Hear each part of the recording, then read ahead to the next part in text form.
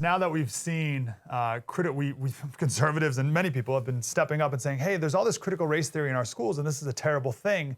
A lot of people, teachers have stepped up and said, what, critical race theory? There's no critical race theory here. What are you talking about? And here's a teacher on his TikTok. So critical race theory talks about how the systems that we have, the laws that we have, how all of those are designed to oppress people groups. Things like mass incarceration, the prison industrial system, the military industrial system, all of those are used to oppress people groups.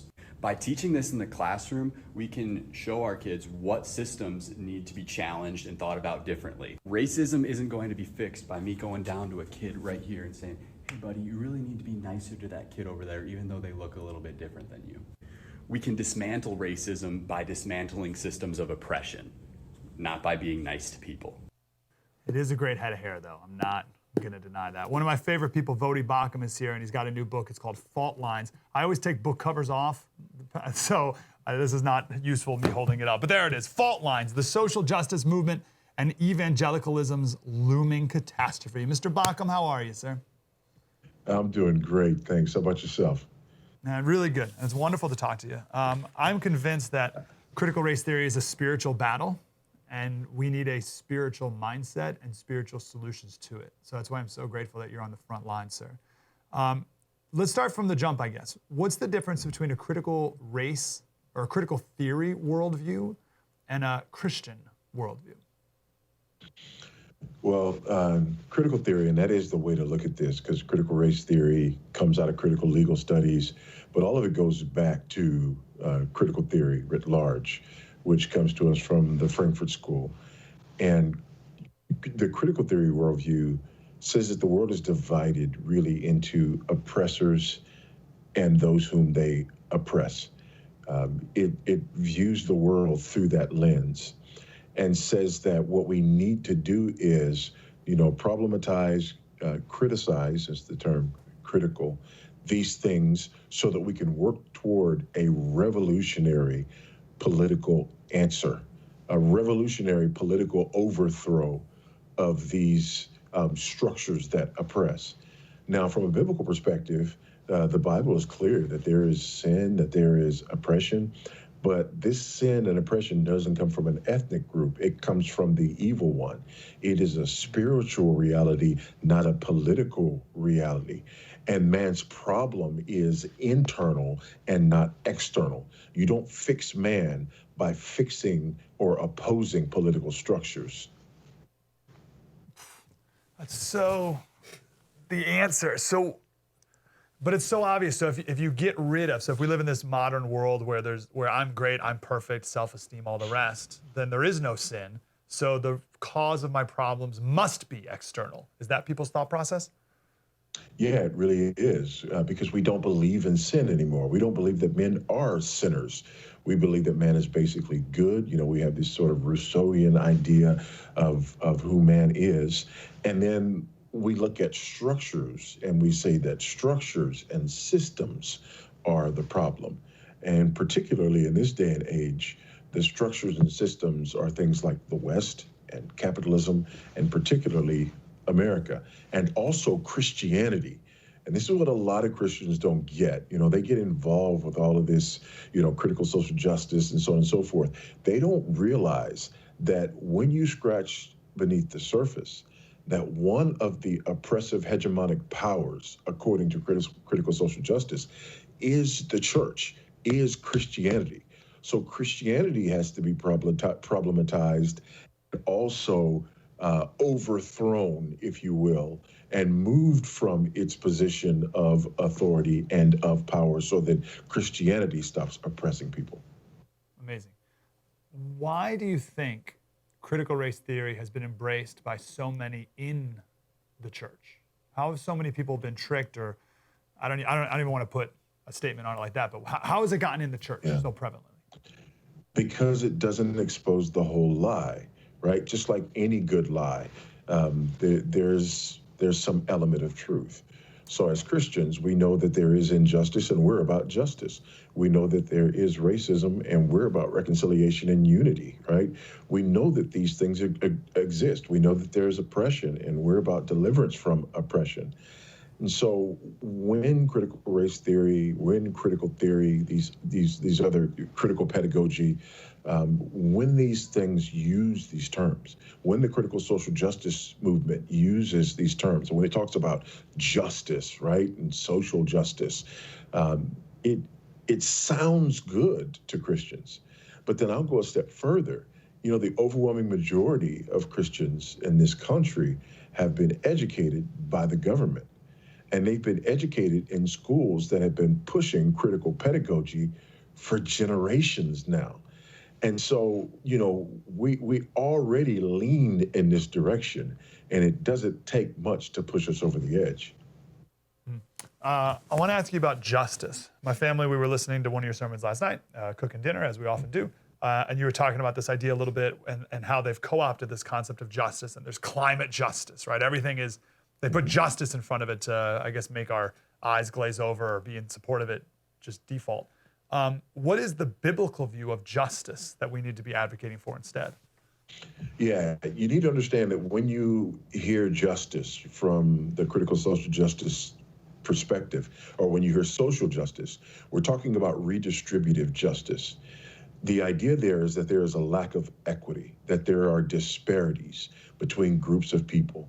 And so social justice is about eliminating disparities between groups of people.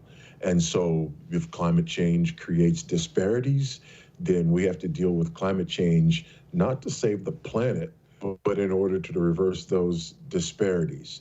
And if we see disparities, then we see injustice. Whereas from a biblical perspective, justice is about the righteousness of God and about the law of God being applied equally to all. Biblical justice sees all of us as guilty before a holy God and sees Christ and his atoning work as our only hope, because he's the one who satisfies the justice of God. I'm trying to take that, what you just said, from the perspective of someone who, from a social justice person. And they would say, yeah, that's great, Voddie, but that doesn't solve my poverty. That doesn't solve the injustice. Let's just stay with climate. The injustice that I live on a poor part of town next to an oil rig that has caused my kid to have asthma or something. That doesn't solve anything here in the now, Voddie. So we need real redistribution so that my life can be improved. Yeah, well, who's going to do the redistribution, right? That's the question. And the other issue is this, that as believers, as followers of Christ, we are the hands and feet of our Savior. And so when we see a situation where somebody is in poverty or somebody is, being oppressed or mistreated or whatever, we don't then turn and say, okay, system, fix that. We actually get involved in that circumstance. We actually get involved with that issue. I'll give you an example. My wife and I have been involved in the pro-life movement, for a long time. And eventually our involvement in the pro-life movement, because of the injustice of murdering children in the womb, led us to the ministry of adoption. And so we adopted 7 children in 9 years, because we weren't just about saying, system, do something. As Christians, when we saw a need, we got involved. And I think that's one of the problems with the social justice movement, is that it now takes the onus away from the individual, number one, from looking into our own hearts and dealing with our own sin. But number two, for taking care of our fellow man. And instead, we look to the system and say, system, you do it. A system which is corrupt and or inept and Exactly. not spiritually minded. What are the sins that you think are most prevalent today? and this goes both sides. These are the people who are against critical race theory, like myself. Like, what sins am I dealing with in this topic? And then the people who are, for it. What sins are at the root of this? Yeah, pride. pride, greed, selfishness. I could go on, but really pride and greed and selfishness lay at the heart of much of this, and it always has, because that's who we are. We're prideful and we're greedy and we're selfish, and we want what we want and we want it now. We see other people as being guilty and needing to be dealt with, and we see ourselves as having good intentions, so that even if we do something wrong, we need to be judged based on our intent. We're sinful creatures, and we're always happy to embrace an ideology that allows us to look to some other cause rather than our own sin. I want to ask you about your life in Zambia and the difference between the worldviews and just cultures in Zambia and America, and really also how that caused you to look at this situation here in America of critical theory through a different lens. Yeah, it's interesting. We've been there. It'll be 6 years in August that we've lived there, me and my wife and our 7 youngest children. And one of the things that happens when you move away from the United States is you have a greater appreciation for what it means to be an American, a greater appreciation for the distinctives that make America what it is, and really a greater appreciation for the way that the gospel and Protestant Christianity have allowed us to have the kind of culture that we have. And it's interesting. You look at the world and you say, okay, where are the freest people in the world? Where are the most prosperous people in the world? Where are the least corrupt places in the world? And they are those places where the Protestant Reformation has run the deepest. Where are the places in the world that made moral arguments against slavery when everywhere in the world had slaves? There are places where the Protestant Reformation had run most deeply. And, I think having an opportunity to live outside, not only of the United States, but outside of the West, outside of the developed world in a developing country, has really made me grateful for those things. But it's also made me see how spoiled we are and how ungrateful we are for the things that we have and how decadent we've become. Totally. I only got 1 minute. Unfortunately, so I think we're riding the coattails of that, as you mentioned, Protestant Reformation, and we've lost track of obviously everything we have.